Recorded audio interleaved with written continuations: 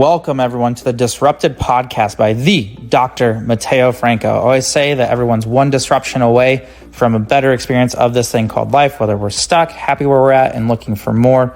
We're always with just one disruption, one interaction away from a whole different experience of this thing called life. If you're listening to this, don't forget to go to YouTube at the Teo TV, all lowercase, and like and subscribe for the video experience. Let's get to it. All right. What's up, everyone? We're back for another DisRupted podcast today. We have Greg back on here. I'm super excited again to have him on here. We crushed our first one so well, we had to bring him back again. What's happening? This will definitely be a normal reoccurrence, but super excited to have you on here. I know we were talking a little bit backstage, and we have our producer, Jarrett. Shout out to him again. He's backstage right now making all this flow for us, so shout out to him as well. But thanks for being on. I know we talked a little bit on backstage about really today we want to have a focus on connection. I know we always talk about business, life, all those things kind of mix in. But you're talking a little bit about content and how you're making just the consistent content. But more so, we're talking a little bit about how being more authentic to ourselves with our content and how that's connecting with more people. Do you want to reshare that story real quick about? Sure. Yeah. So I know for me, getting into creating more content, I was always looking at the different points of what was happening, right? I go to my insights, figure out what's going on. How many likes did I get? How many views happened? Out of those views, how long were the views? What was the average watch time of the 20-second video or whatever it was? And that's how I was measuring whether it was working or not. And so I'm in a mastermind, a video mastermind, and they're really starting to get towards like, yeah, that's a great way to start. Like you want those things, right? I think I had 125 followers on Instagram when I started. I'm almost at 800 now. But I don't need 25,000, right? Like, sure, that would be awesome because I get to reach more people. Right. But I don't, it's not the thing that's going to measure whether the content that's being created is reaching people and helping them. And so being in the mortgage and title and escrow business, I'm putting content out there, of course, right, for sales. Like, okay, if I can get more sales, if I can get more leads and then convert them into sales, that helps. How do I do that? Well, in my normal business before social media, because I've done this a very long time where, we barely had cell phones. You were connecting. It was communicating, connecting, building relationships. And then through those relationships, having somebody wanting to buy whatever it is that I was going to sell. And so getting hung up on, how'd this one do? I think it's only human nature, right? Like we all want to be accepted, period. And so that's just another form of acceptance going, oh, this video went viral. Like that's the thing. It's got to go viral. I want it to go viral. But then we don't know the why. Why do you want it to go viral? What's the use? What's the reason for it to go viral? What are you going to get from that? And so in doing those things, looking for the next sale, right? Well, if I'm going to spend all this time and I'm going to get uncomfortable and be awkward and put the camera in front of me, lay out the script, shoot it 7,000 times, then send it to the editor, get it edited, pay for that. Like, yes, I want some ROI, right? Or I might as well just sit at my desk and just hope that the phone rings. And so thinking about not needing that next sale just from that video, but what about if I continually put out consistent content that is there to help others, whether it's mortgage or real estate related or life related, right? One or the other, that eventually over time, I don't know what that time frame gets to be, 30, 60, 90, 120 days, a year, 2 years, 3 years, really 5 years will go by super quick. And if I'm consistently putting out content for 5 years, if that gets me 300 deals 5 years from now, would I not do it? But stop doing it because I didn't get one deal 3 months from now. And so I had just put out a video. It was just a story about my word for the rest of the year is obsessed. I want to be obsessed with what I'm doing in my business because in my business, the market has shrunk. And so you can take one road or the other, right? We can be woe is me and I can't get as much business because the market shrank and it's okay to be down. And I don't have to close as many deals because nobody is, or I can just get super obsessed with the action items that I know are going to bring me business, which are building relationships, connecting, educating, videos, all those things I can do actually 3 times as much. And then maybe I still only get what I got before, but but I get to control that. So, I know for a lot of people, obsessed can be a bad word. For me, it's just if I want to succeed in what I do, it's part of it. Like some people call it passion, I call it obsession, whatever you want to label it. And so in that video, I asked people to hold me accountable, and told them that they could, if they didn't see me being obsessed, they could kick me in the nuts. And so a guy that is a really good friend of mine that I've known for years had reached out and just said, "Hey, bro, I was listening to a podcast about choices and decisions, and that reminded me of you because of the choices that you've made in the past 5 years, and how you've converted a lot of stuff. And then I watched your video on obsession, and it really made me get back in and sign back up for the classes. I needed to finish my certification, and I just wanted to tell you thank you so much." And like I said, I've known the guy for, I don't know, 20 years, and he doesn't always like and comment on my posts or my stories. Yet, it helped him, right? And so as we go through and we're up, and I'm obsessing, who watched it, who viewed it, why didn't they love it? These people loved it, these people didn't, right? You can get in that rabbit hole, and it's just do what's from your heart, because I was authentic. I was just me. That's how I felt. I was sitting in my truck, and I'm like, if I don't get this out now, which for me is a lot, I don't know about you, but things come to me all the time. I'm like, oh, that would be a great idea and then I put it in my notes in my phone, and then I never shoot it. Mm-hmm. Now I'm trying to be more no, this is going to come out. Just press record and just go raw and just shoot it. And so that's what I did in that moment. And then now it's obviously I need to do more of that. And so being authentic and true to me spoke to somebody, which is all I want. Right. And I want to ask a question on that too. So that's really good. Obviously the authentic part in reaching those people, and then you never know who's watching. I love all that stuff too. So just from that, and we can kind of shift back into that gear here in a second, but just from the content producing side, because I know you've gotten really consistent. I don't know the time frame, but I know specifically it's been within this year. Yeah, it's about 4 or 5 months. 4 or 5 months. Okay. So when you first, and you talked about just hitting the record button. So when you first started recording content, did you find, obviously, having it in the list and not doing it, because if you don't record it, you're just not going to do it. Did you find in the beginning, what would you say the difference is between now and then? Did you find in the beginning it was hard, even if you did record it, to just post it? Did you do tons of cuts over and over again? Do you still do tons of cuts to get it right? Or have you just gotten better? Or what does that process look like from when you started to now? I always relate it to plunging. I've been plunging for a year now. And cold plunging, right? Yeah, cold plunging. And it's still, people are like, oh, you should be good. And I'm like, yeah, no, I'm not. Yeah. I still find myself messing around in the garage, fixing this, picking this up, putting some weights away or whatever in my home gym. And I'm like, what are you doing? Just go out there and get in it. Not even consciously, I don't want to get in it. I don't want to it's not even that. It's just finding myself doing other things. And I'm like, that's my subconscious stopping me from doing something that's uncomfortable. So I still do. And I try to batch a lot of stuff. So Sundays I try to shoot, which I like because the first couple videos are horrible. And then I kind of get more of a flow. Right. And then towards the end, the last 3 videos are oh, those were fire. I don't go back and redo the other videos. I'm they're shot. They are what they are. The editor will pull out stuff. He'll put in things where I'm looking down or doing something stupid. That's his job, right? He'll fix that for me. And then when I get them, I usually send them all over. So I'll send 10 videos over at one time, and then they come back 2 at a time. And so then they're in there, and then I'm oh, I got to post it. And then I find myself taking a phone call, and I have an appointment, and then working, normal working. So now I try to batch those as well. And so I've time blocked, me, I'm early. So my 4 a.m. to 4:45 time block is consume, create, and engage, because I can do those things with nobody else around. I can go to your page and I can comment on anything to help with you and help engage with you on your social. I can do that at 4 a.m. and nobody cares that I'm doing it at 4. And so then I can also draft. What I've been taught is taking those videos, right? Because my editor will put the B-roll stuff and captions and all that in there, but I pick my own music. And then I type out my written content with it. And so what I'll do in that 45 minutes is I'll always take time to upload 2 videos into Instagram, into my drafts as a reel, where I've already picked the music. I've already picked the where I want the video to start. and what my verbiage is, and then they'll just sit in drafts.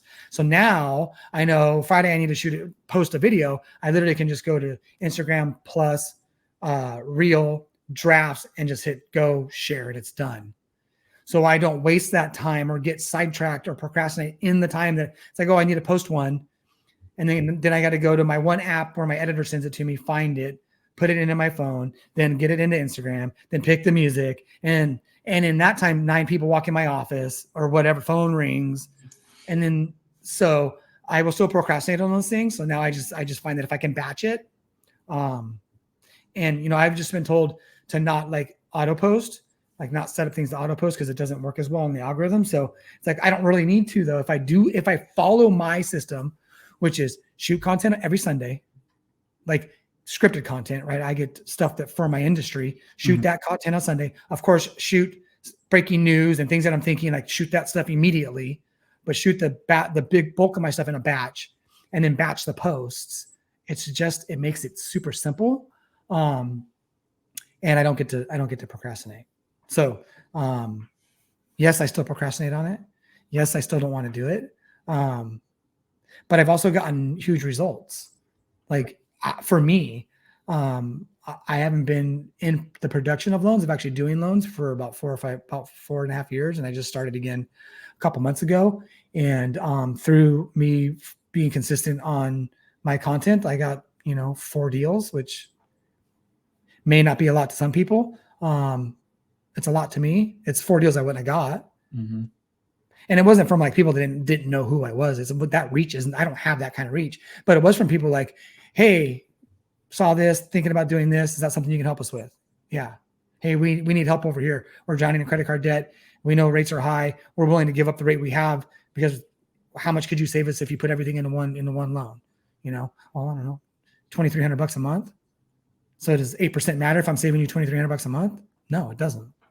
So, so I've seen result. And of course, I believe if anybody gets a result, a better result, it'll make you want to go and do more of it. And right. So I have to think of those things when I don't want to do it. I'm like, right. Shooting this video could be 20 grand.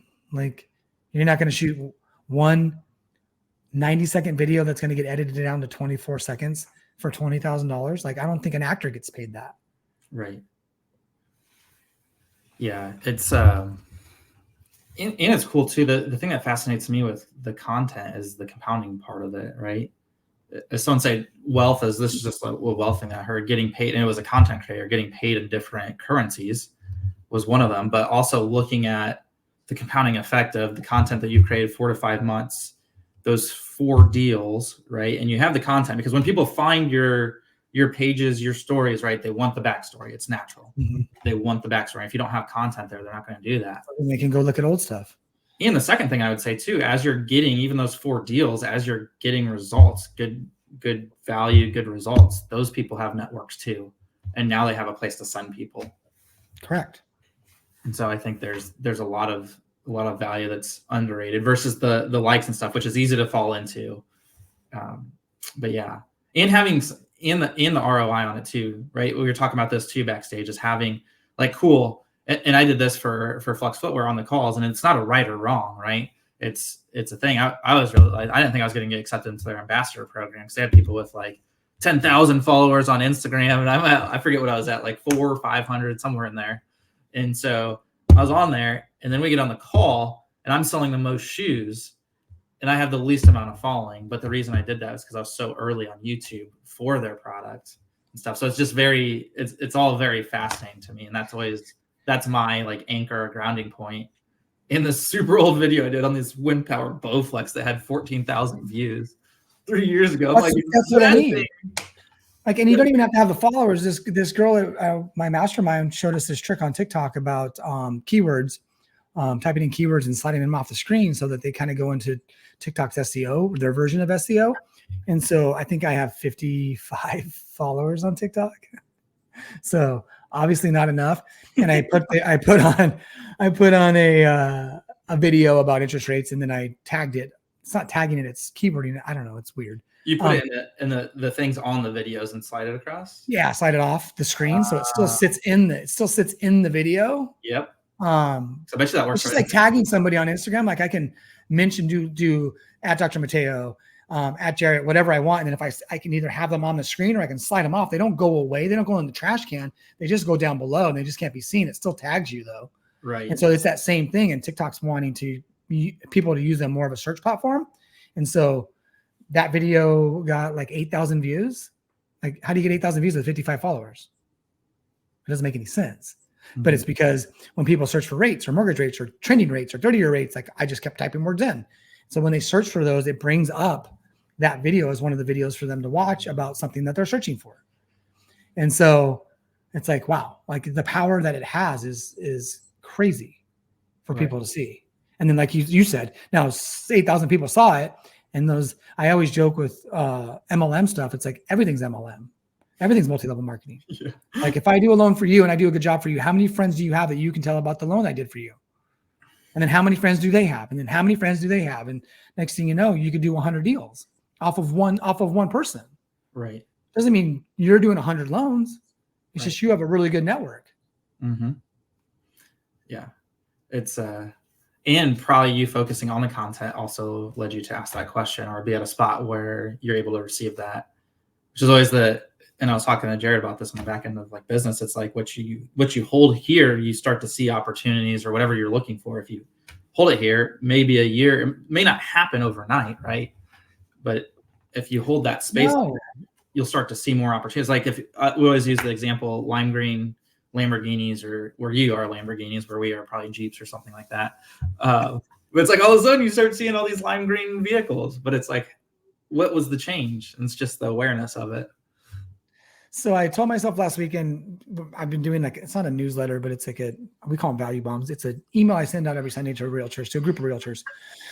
And I took a class the week before and some realtor said, you really should have a newsletter. I'm like, well, I have this thing I send out. I can put you on that. They're like, yeah, we get that. But like when you're in front of us, like you just give us so much info, like it's like a fire hose. And then we're like writing stuff down. And it's like, if you could just do it, like, or maybe you come here once a week or whatever it is. And I'm like, I really need to get back to, I used to sit with realtors and pick their brain about stuff, right? Because I built my business by figuring out what realtors needed to do to grow their business. And then I helped them grow their business. And so I felt like if I could help them grow their business, that was adding value. And then they, in turn, at some point would be like, hey, by the way, I have somebody that needs a loan. Instead of just being the guy that's always like, hey, do you have somebody, like we close fast, we close on time, our rate's the best, whatever that is, right? Instead of asking for a business all the time, I just have been the guy that's always been like, well, what can I do to help them enough to where they'll want to just do business with me, right? And so I learned a lot of that stuff. And so I'm like, I really need to come up with some good interview questions and start interviewing realtors again. And so I told myself that on Sunday. Yesterday, my buddy Tommy hits me up. He's like, hey, I want to let you know I have this opportunity. I want to see if you'd be interested. I'm like, I'm always interested in listening to an opportunity. He's like, I started this newsletter. It's getting a lot of traction. I want to interview some really big top real estate agents and take that data, take that info, transcribe it, take that info, and then utilize that to put stuff into my newsletter. Do you want to do the interviews? And I'm like, it's just, right. We always say it's serendipitous. I'm like, funny you should ask, because I was just telling myself, I really need to do this. And he's like, all you need to do is I'll help you with, and he's a real big chat GPT guy. And so he probably runs a lot of it through there and figuring out fine tuning. And he's like, I'll get you the questions. You turn them into what you want out of those questions. And then, so we can kind of get the same data from every person and this and that. And I'm like, cool. And that was yesterday. And yesterday afternoon, he's like, okay, we got the first one. She's this gal in LA. She works for, I can't remember the company. It's a newer trendy company. She does nothing but $1 million listings. So she's good on camera. Reach out to her and figure out what date you can start. And it's like, like, how'd this all happen within like 3 days? But if I don't know, maybe if I didn't put it out on Sunday that it's something that I wanted to do, or if I hadn't been consistently doing content for the last 4 to 5 months, maybe Tommy wouldn't have thought of me. Maybe he would have thought of somebody else. Yeah. It's all crazy. The synchronicities. It is. I am super awesome. I knew that. I knew this was going to work out. Yeah. Of course. So I don't know. Maybe she never does a deal with me. Yeah. I'm not doing it for a deal. I'm doing it because I believe if I can interact with enough real estate agents and figure out what's working for them, what's not working for them. I can help other agents do better as well. And over time, if we all do better in our industry, one, we're going to get more business inadvertently. If people see me over and over and over and over and over and over again, they're going to be like, well, why aren't we using that guy? Right? Consumer or realtor. And then I get to help people along the way. And so it's like, and I'm helping people when they get loans. So it's like, it's just all about how many people can we influence in one way or another. I just am really good at loans. So it's like, when I started doing them again, I'm like, it's just something I have to do because I'm just really good at it. And I get to connect. I get to connect more when I do them. One, with the client, two, with the person referring me the client. And so now my days are spent where I was connecting with my loan officers as I was recruiting and, training and sculpting and doing that. It's on such a smaller scale. So.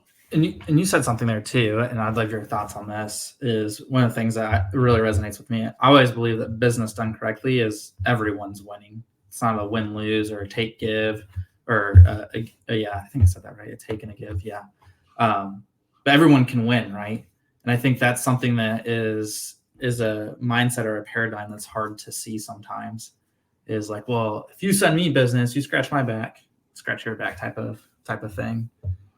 I mean, it should be like, I always use my buddy, he owns a HVAC company as an example. Like, I don't know what it costs. I just know what he charges. Right? I don't know if he gives me a deal. I don't ask him for a deal. I don't believe I should. He's my buddy. I should support him. Right. And so when he comes to me for a loan, same thing. Like, he doesn't go anywhere else for a loan. Like, he doesn't ask me if he's getting a deal. I give him the best deal I can, right, and still make money. But he doesn't need to know that. I don't have to express that to him. I tell him, hey, by the way, I hooked you up. Like, no, we just, and then he tells his family, you have to go to him. You're not allowed to go anywhere else. Right. Yeah, but our bank's cheaper. So this place over here is cheaper, but he still had us do his whole building, his house. Like, I'm sure there's people that are cheaper. There's not people that are better. I know that for sure. And so I'm willing to pay the price because he exceeds the value. He brings me value over and over and over again. I want to come back to that. I wrote this down the other day too, though. You can't fake great service. No. It's like, you can't fake it. When you have bad service, you definitely know it, right? And then the thing that I'm learning as a young entrepreneur as well, or younger entrepreneur maybe, or maybe still an infant entrepreneur. I have no idea where I'm at in the game, right? But it's this is paying attention to, like, what Reagan said, trust but verify type of thing. It's like, right, is paying attention to that stuff. It can be said that they can tell you the right things, right? Oh yeah. But are the actions actually lining up, right? And so that's always the thing for me, is like, when I hear the right things, sometimes it's easier for me to say, yep, that's good to go, versus actually taking the time and energy to check and verify that it's actually being done correctly. It's actually producing well for the direction that we're going. We have an old sales saying that the easiest person to sell is a salesman. Like, we love the shiny object. Yeah. Like, yeah, I'm in. Where do I sign? How much is it? Right? With no backstory, with no verifications. Like, you built trust, you built rapport and trust in the very beginning, and we're like, yeah, this makes me feel great. Let's go. Like, do you need my credit card? Like, you don't even know how much it is. You don't even care. Hey, we're the worst. It's so true. I don't even know how many monthly subscriptions I have, but it's not pretty. You had a Whoop one. I had to get that. I'm like, where did this come from? I haven't worn a Whoop into like 3 years. I'm like, what? Wait, no, I'm not paying for that. I have 3 different Olympic lifting, weightlifting training programs. I'm not doing one of them. I'm not doing any of them. Yeah. But I have 3 of them. Whoever invented that, genius. We got to figure out that subscription game. The Planet Fitness business model. It's the most amazing business model ever. Build a gym with machines that most people won't use, that really want to get fit, that really, really are into fitness, aren't going to use. Have a very, very low entry fee and monthly fee, so that people don't even realize that it's coming out, and just sign as many people up so they can feel good about having a gym membership. And then there's no maintenance because nobody's using the machines. So nothing's breaking because no one's beating the shit out of it. Yeah. $10 a month, get 10 million subscribers, and you're good to go. It's like Apple Care. Wait a second. Have I ever used that? No. Yeah, it is. It's Apple Care for your body. There's no fitness involved. Yeah. Like, there we go. It's 120. Those are the things that like learning. It's like, oh, you times everything by 12. This really helps paint a better picture. Times everything by 12. And I know I want to dive into that. I actually do. I might veer off here and dive into that. But I want to close off on what you said too. You said a sell happens when the value exceeds the price. I thought that was super good. I think that's and the whole concept of this first part too has been building value. Yeah, like in your industry, I remember we were somewhere and one of your colleagues was like, I just doubled my prices. And just make sure I'm adding more value while I do it. And I haven't seen any of my people leave. And then you start thinking, you're like, well, why wouldn't I have done that earlier? It's like, why does it have to be, why, Andy Frisella says all the time, yeah, no, buy one, get one. That's like, I know it's a mental thing for people. Like even if you jack up the price and you're still making the same net profit, like you're literally telling them that you're giving them something for nothing. And they're always expecting you to give them something for nothing. Why don't you just give them a product that's so amazing that they're just willing to pay for it? Right. Yeah. I don't know why that's such a mind block or like it's human psychology. I mean, I'm getting something, I'll take it. Yeah. Especially in like our industries too. Like I always look at like Costco's right over here. It's like you walk in there, they don't give you a discount. They don't like, this is what we have. And half the stuff it's not cheaper. It's because you're buying more of it. You think you're getting a better deal. Right. If you go gram for gram or ounce for ounce or pound for pound, you'll find that just because you bought the huge bottle of Clorox, that if you went to Dollar General, you would get a better deal. Mm-hmm. You just have to buy 6 jugs instead of 1. Yep.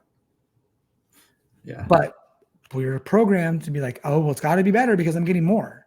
Yeah. It's on sale. It's like the whole sales thing, right? It's on sale, but it's actually just the original price. They just have a markup or the opposite. Everything's $1. Go to the store. Everything's $1. It's only $1 though. Yeah, but you're only getting this much. Right. Now, if you can only afford the $1, then it's a great plate, right? Then it's awesome because I don't have to spend $15 on ibuprofen. I can just spend $3 on ibuprofen because I'm not going to take ibuprofen every day. And so if I'm on a budget, then the $3 ibuprofen is better because that might last me 2 months, and that's okay.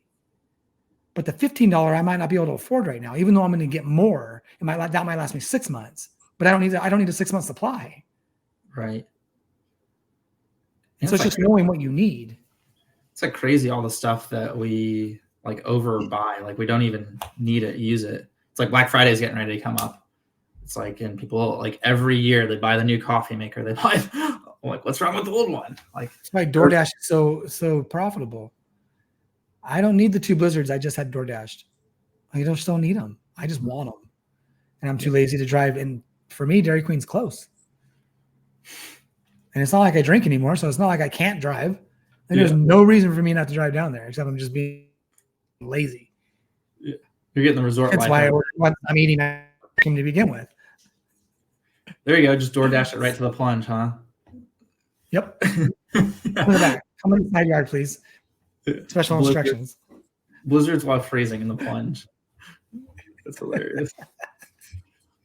Yeah, talk a little bit about, I know this is kind of a random question off that, but kind of the math of like financing and stuff like that, looking at numbers, metrics, and things like that. I know one of the things, and I have a specific example here, is when we were talking about team with like, and I know this is just kind of random, but we were talking about like bonuses and stuff like that, where one of the questions that's helped me a ton too, is do you want more safety and security and more payment up front, or would you like to earn more as you go? Talk a little bit about some of those structures, how you learn that, and then hearing you talk to, and I'm really just open this very general now, is you're talking about overseeing loan officers, so transitioning. I think this is a lot of, and I'll speak from my mindset, is right, we get in a company and then our goal is scale, scale, scale. So I'm not doing the things that I'm doing, and now I'm overseeing people to go do those things, which they're not going to do it at the same level I am. And then I kind of hear that we're coming back into doing the things that we're just good at. And you can still have all that, right? But I just kind of wanted to open it up. Like what are your core competencies, right? What are you super good at? I think as we scale, we go like, hey, I need somebody to do everything. And then I just need to be the person up top overseeing all the people doing everything. It's like, but one, maybe I'm not good at, like I've learned, maybe I'm not real good at overseeing everything. Right? Mm-hmm. And then, you know, I've told you this a million times, the saying, you know, if they were me, they wouldn't need me. Yep. Right. So there's that. And so I don't know any better. I got into commission only sales about 30 years ago. And so when I learned that I wasn't a very good employee, when I wasn't really good at people telling me what to do, when I had a huge and innate reason to always be right. And if I was always right, then I was probably the smartest guy in the room at all times. Even if I was the lowest man on the totem pole, you know, the guy running the place wasn't as smart as me, like whatever, for whatever reason. That's how I felt, right, wrong, or indifferent. Mm-hmm. And then I could poke holes in why, and I could prove why, right? Like I could, like if they wanted to go toe to toe, I could lay it out, and then they'd be like, whoa. And so I learned really quickly that I don't want to be told what to do. That's why when I went into boot camp, people were like, you're doing what? Like, bro, you're like, that's not going to work out well for you. They're going to yell at you. They're going to make you do shit. Like, that's all the things that you don't like. Even at 17, people knew that. Right. And so I struggled through it. We did it. We made it through it. But, that's when I learned, like, I'd rather be paid on performance. Like, why do I want to go out and get you 2,000 new clients in 2024 and have you make all the money? It's not, well, because he has the degree, because he did this, he did that. Okay, cool. So what if you just pay me per patient? What if we could figure out a way that you could pay me per patient that I bring in, and then I'll go out and bring you so many patients that you're going to have to add more people, more doctors like you, right? Let's work that out. I don't want to just sit in your office and just call people and get people to come in here and there. Like, I'll go out and get as many people as you can possibly handle, but you pay me per person. That way, no matter what I make, it's based on the effort that I put in. But I would rather put in the effort because I get bored very easily, right? And so I don't want to sit around. So you might sit around, but I'm not going to. And if I'm going to go out and get more business, then I want you to pay me more. And so that's just always been my mindset. And so I not that I pour that onto people, but I have realized that there are people that want safety and security and certainty, right? Those are human needs. Yep. And there's also people that thrive under a little less safety, a little uncertainty, a little spontaneity. Those are also human needs, right? They're not wrong. They're not right or wrong. But what are you? And then it's like love languages, right? Like, I don't want to pay you commission only when that scares the shit out of you and it shuts you down and you're never going to go sell anything. That's bad on me for not asking and figuring out what's best for you. Right. But I want to make more money. Well, you can only work so hard sitting at the desk. Like, you're only going to get $1 an hour so many times, and $1 an hour, like, honestly, it's $40 a week. Right? I mean, it's not a big jump. Now we've been programmed in the workforce to think that it is, and that's appreciation shown, and it's all these things, right? And it's great. You can't get from 15 to 25 without it, right? But what if I paid you 15, but I paid you a bonus structure that allowed you to average out to 50? Some people are cool with that. Some people are like, yeah, I'm a hybrid person. I need the security of the base because I have bills to pay, and that base will pay most of my bills. But I also want bigger bills, and I can't get to the bigger bills without making more money. So the bonus structure will allow me to do that. But like, we force our structures down on people, and then when they don't perform, like, we don't understand. Well, it's because they're shutting down. Their fight or flight is like flight. shut down. And then we're like, what's going on? Like, they have the ability to go out and make as much money as they want. They're talking about they need more money, and they have the ability to go make as much as they want, and they're not doing it. It doesn't compute. Well, it doesn't compute because it's not the right structure for them. And so we got to either figure out if they're the right person in the right role, or if they're the wrong person, right, in that role. Maybe they need to just be a fixed income employee that can make more money over time. But see, the problem with a lot of us is we will have the goal of getting to the 100 grand, but we don't have the value system that allows us to get there. Right. Like, I want to get from 45 to 100, but I don't want to work more. I don't want to be commission only because that scares me. I got to have a base. I can only work from 9 to 5. I like all the boundaries. And my coach says, boundaries are great as long as they don't get in the way of your growth. Right. If you're looking to grow. Right. If you're not looking to grow, then who cares? But if you say you're looking to grow but then you set all these boundaries that block you in from growth, that's like mental gymnastics. Yeah. It's like the saying that we have uphill dreams with downhill habits. Yeah. It doesn't make any sense. And it doesn't make anybody bad or good or right or wrong. It's just like, hey, can we get this aligned? Like you're going to be stressed and miserable until you get this aligned, because you're saying you want these things, but your actions say you don't. And then that's why you're confused and frustrated. And what's really, and you probably have more insight on this, but it really is all stressful in a sense. It's all stressful, right?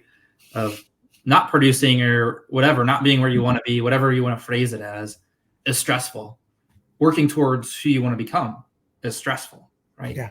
So it's always choosing your heart or whatever. And there's so many different layers to that as life goes on. I have a loan officer mentor that says, loans are just hard. Loans are hard when it's hard, and loans are hard when it's easy.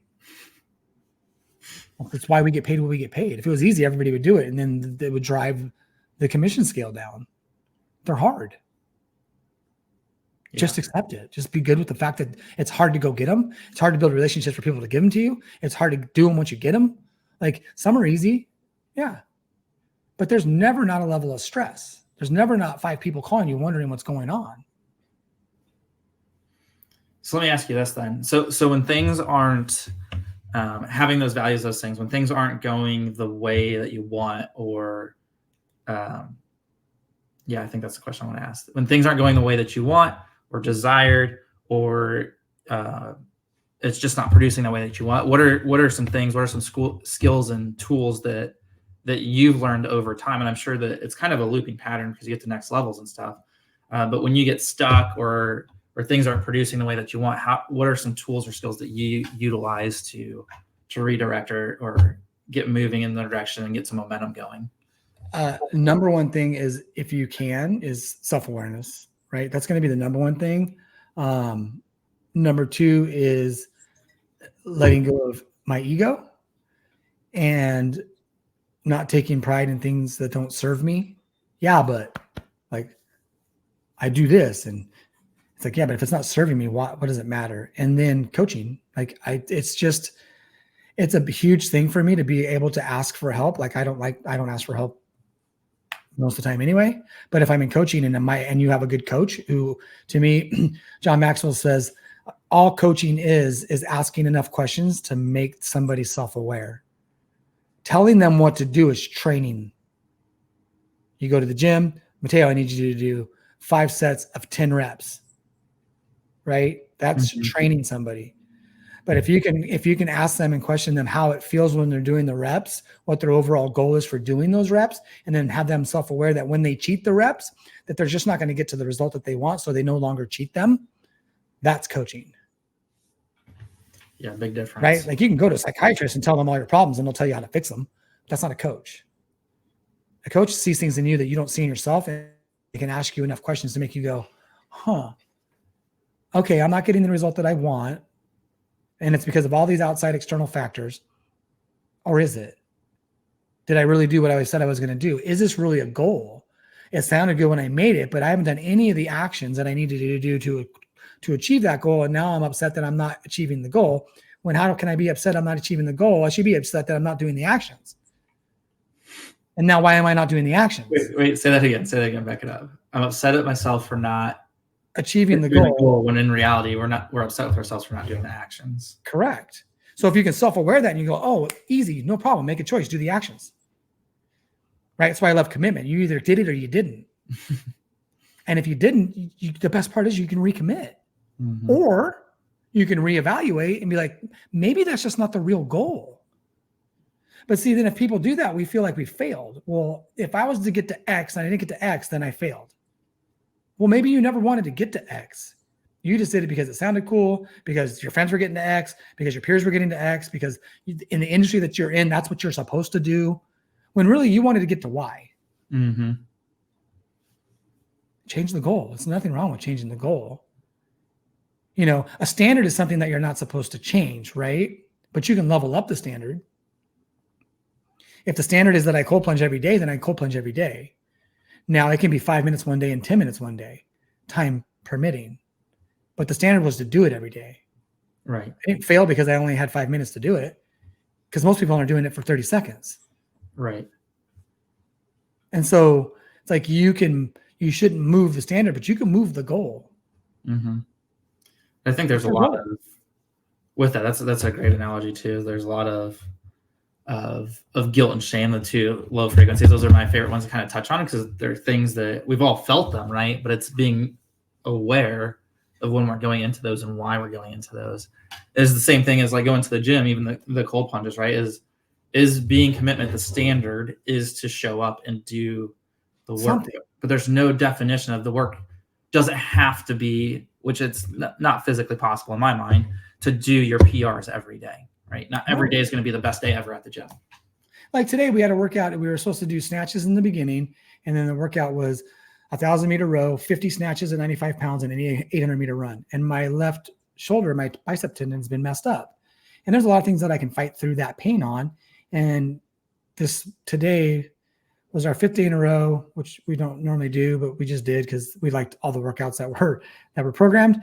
And so I started to warm up, and I'm like, and one of my really good friends is also my PT, and he's works out with me, and he's younger than me, and he pushes me to do really well. He beats me most of the time. I beat him every once in a while, but so we always have that banter, and I'm like, and I'm doing it, and he's looking at me, and I'm like, yeah, I probably shouldn't be snatching. And he's like, you think?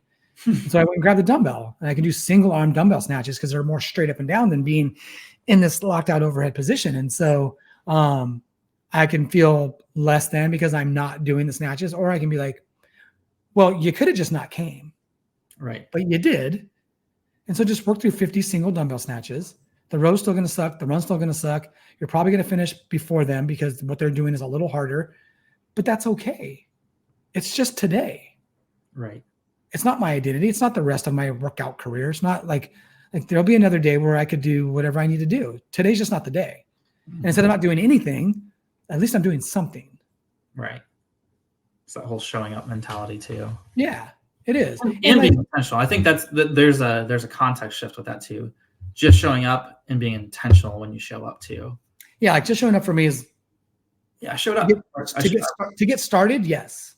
Yes. Right. But if you have a goal, to be leveling up, then showing up really, like, it's not half the battle. Right. Well, probably like when you started waking up, because, and we talked about this, I know this, but they probably don't know to the extent that I know it, is you wake up at like 4:45, 4:30, somewhere in there every day. And I'm sure when you started that routine, it's not like you woke up the first day and were probably super productive. No. So you start showing up or getting up at that time, but now you get up and you produce and have a structure to doing things during that time too. Yeah, and you figure it out. Like I get up at 3 every day. I used to get up at 3, ruck at 3:15, and then plunge and then go to work out. And so listening to some Hormozy stuff a couple weeks ago, he's like, what if you could just get to work quicker? Like, what if you got to work faster? What if that was part of your morning routine? Would you get more done? Like, a lot of people get to watch very successful entrepreneurs talk about their morning routine, but they didn't do those things on the come up. They do them now because they have the time and the money to do them.